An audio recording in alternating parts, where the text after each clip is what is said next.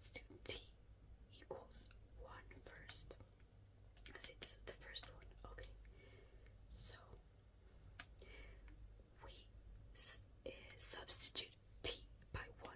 Okay, so that would be 0, 0, 0, minus 1, 0. So it's 1 minus 1, 1, and here we have 1, 0, minus 1.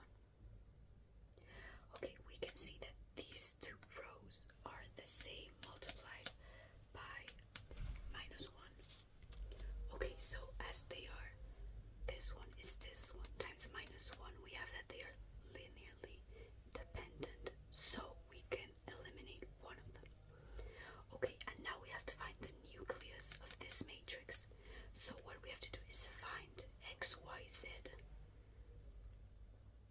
so that this multiplication is 0.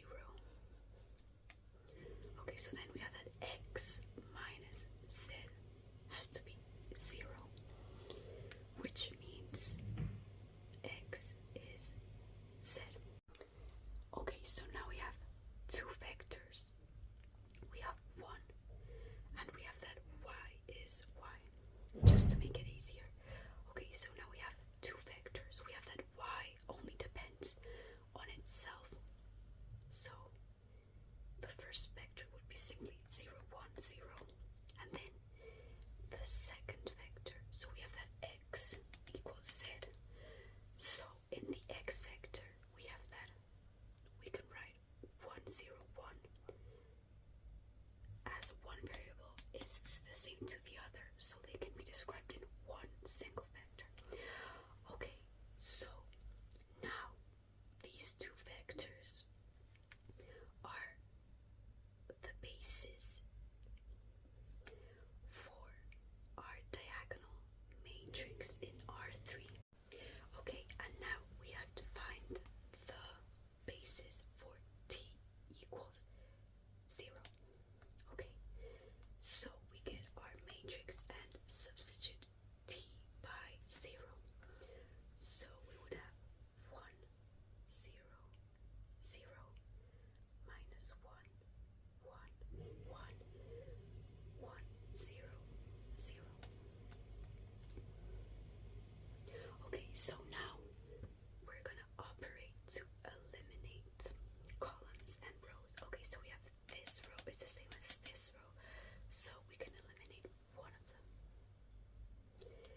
And now we can add this row to eliminate this one, and we will have 0, 1, 1, 1, 0, 0. Okay, so now we can't reduce this matrix anymore. So now we do the same as we did here. We have to find the values x, y, z. So this gives 0, 0, 0. Okay, so we have that y plus z equals 0.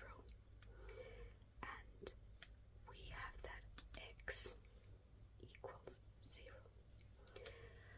Okay, so with these two equations, we can find one vector which describes them, which in this case is x equals 0. And then we have y equals minus z, so we can write minus 1 and 1.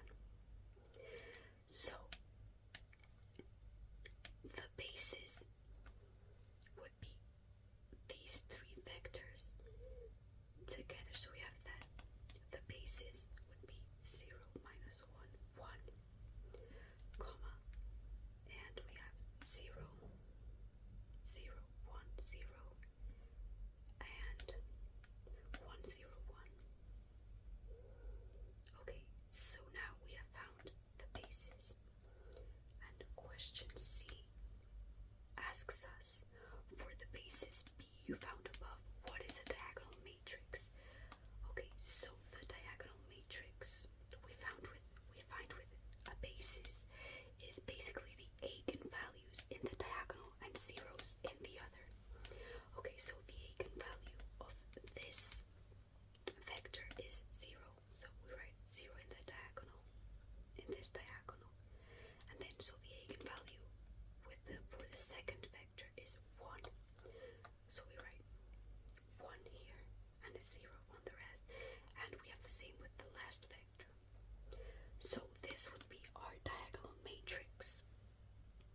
As we can see, it is diagonal, as it only has numbers, well, in the diagonal, and the rest is zeros. Okay, so we have that A is similar to a diagonal matrix, and find the matrices D and Q such that D equals Q minus 1 AQ.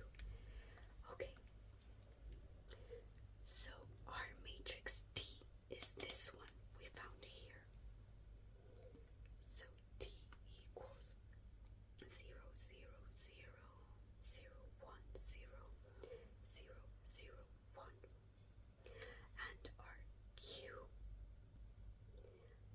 are the vectors we found, so the spaces put in columns.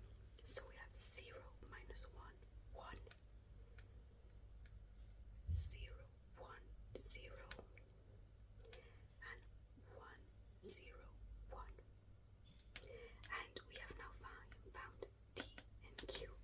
You can do this to any matrix when you can find its eigenvalues and its bases. So basically you put the bases, like the vectors, in columns, and D are the eigenvalues in the diagonal, with the rest being zeros. So that would be problem 13. Okay guys, so now let's go to problem 14. So let A, which has dimensions n by n, have the property that A squared equals 3A.